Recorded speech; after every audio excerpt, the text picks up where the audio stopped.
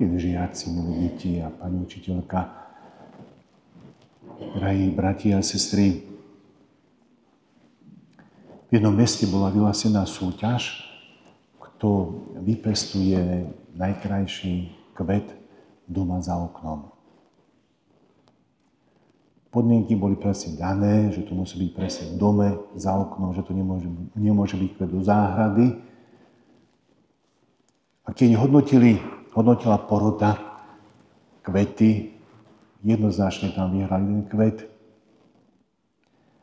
ktorý doslova tak ako si bol krajší od ostatných.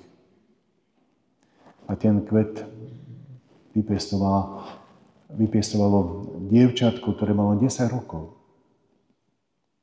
A keď potom porota pre všetkým sa pýtala, že prečo ten kvet je taký krásny, viac krajší ako od ostatných, tak ona začala tak detsky rozprávať, ako sa tomu kvetu venovala. Hovorí, ja žijem v štvrti, kde je veľmi veľa vysokých domov, tak je tam málo slnka.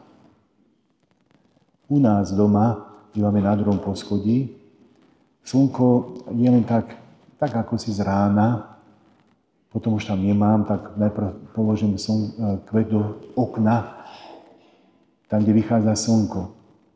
A potom už tam nie, tak musím okolo obeda ísť v susede na to najvyššie poschodie a tam sa kvet položím cez obed, aby slnko ďalej naň svietilo.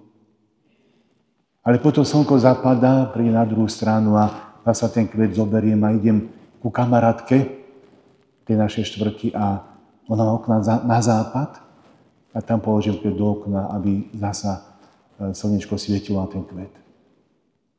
A takto som sa starala o ten kvet celý rok, aby malo dostatok slnka.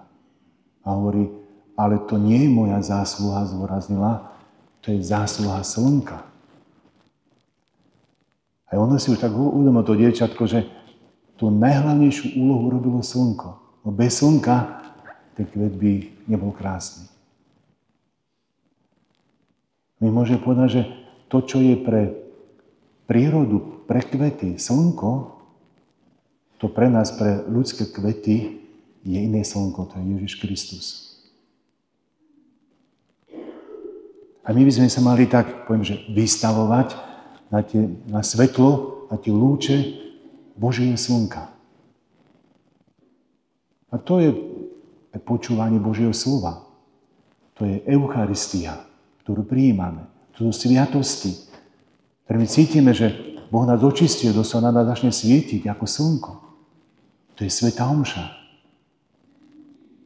A presne táto, keď sa vystavujeme tým lúčam Božieho slnka, povieme Božej milosti, tak my naozaj rastieme presne ako ten kvet. A musíme si uvedomiť, presne ako to malé dievčatko, že to nie je ani tak naša zásluha. On si uvedomil, že ono len ten kvet premiesňovalo, najväčšiu zásluhu robilo vlastne slnko. A my nesmieme si nejak pripisovať, že čo všetko sme dokázali, pokore si uznajme, presne ako to povedal svätý Pavol, všetko môžeme vďaka tomu, ktorý ma posilňuje. A on si bol vedomý, že vlastne pre neho Boh je naozaj to slnko prekvet. Že tým, že Boh posilňoval, veľa to dokázal, ale pripisoval to všetko Bohu. A my si máme tak uvedomovať, aj keď konáme dobré skutky, aj snažíme sa byť jen pred dobrými, aj sa mnohé veci obetujeme. To je vďaka tomu, že Boh nám možno dal zdravie, silu. Že Boh nám možno vnúkol dobrú myšlienku. Boh nám ukázal cestu, ako v živote máme ísť vlastne ďalej. Boh sa ma dotýkal, presne ako slnko sa dotklo toho kvetu. A vďaka tomu bol kvet nádherný, krásny.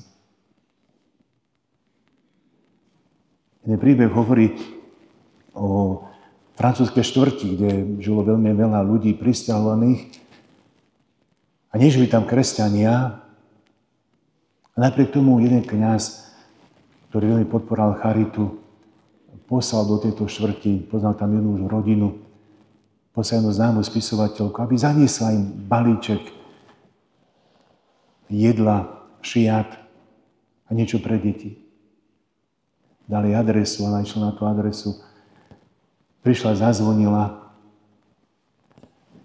povedala, o čo presne ide, odovzdala ten balíček. Odchádzala spokojná dole poschodím. A keď bola dole tá 105. poschodia, počuje krik. To si môžete nechať. Ja špinavé veci nebudem brať. Za čo nás považujete? A zrozená vrátila sa naspäť a pozrela naozaj, boli tam také špinavé staré veci. Sama si uvedomila, že to nebolo dobré. Ospravedlnila sa, zobrala tie špinavé veci. Odchádzala, rozmýšľala, ako to dať do poriadku. A išla do kvetinárstva, kúpila kvety a práve vtedy stretla jedno dieťa z tej rodiny. Dala jej tie kvety a povedala, zaniesť ich mame a povedz jej, že sa veľmi ospravedlnil. Ja som nevedela presne, o čo ide, ale mala som dobrý úmysel. A to dieťa zanieslo tie kvety mame a predstavte si, že v tej štvrti nebola ani jeden kresťan, práve toto dieťa bolo prvé pokrstené. A tá rodina stala sa prvá kresťanská rodina v tej štvrti. O to, čo sa ich dotklo, to bola dobrota, pokora vlastne tej spisovateľky, ktorá sa vedela ospravedlniť a dotkla sa dobrotou svojho srdca tej rodiny. To sa bola takým tým lúčom pre ten kvet. Bola lúčom pre tú rodinu. My preto nosíme tie lampášiky vlastne v advente počas roka so sebou. Máme si uvedomovať, ako má silu svetlo. My máme byť svetlo, tá nám to hovorí Kristus. Svetlo, ktoré premáha tmu, premáha zlo. A keď budeme svetlo ako veriaci ľudia, my premôžeme zlo. My vďaka Božej milosti, vďaka tomu, že Boh na nás svieti svojim svetlom, dáva nám silu. Ťažko nám vnúka naozaj úžasné, krásne myšlienky, ktoré máme vykonať. Dáva nám aj silu, aby sme to vedeli vykonať. Tak sme svetlom pre tento svet. To si máme odniesť z adventu, ktorý prežívame, z rorád, ktoré prežívame, aby som zostal svetlo aj po Vianociach. Aby som ďalej svietil a dotýkal sa tým, čím sa vlastne ma dotýkal Boh počas adventu a Vianoc, svojou dobrotou a svojou milosťou. My sme s týmto svetlom v duši odchádzali po Vianociach do toho bežného kalendárneho roka. Amen.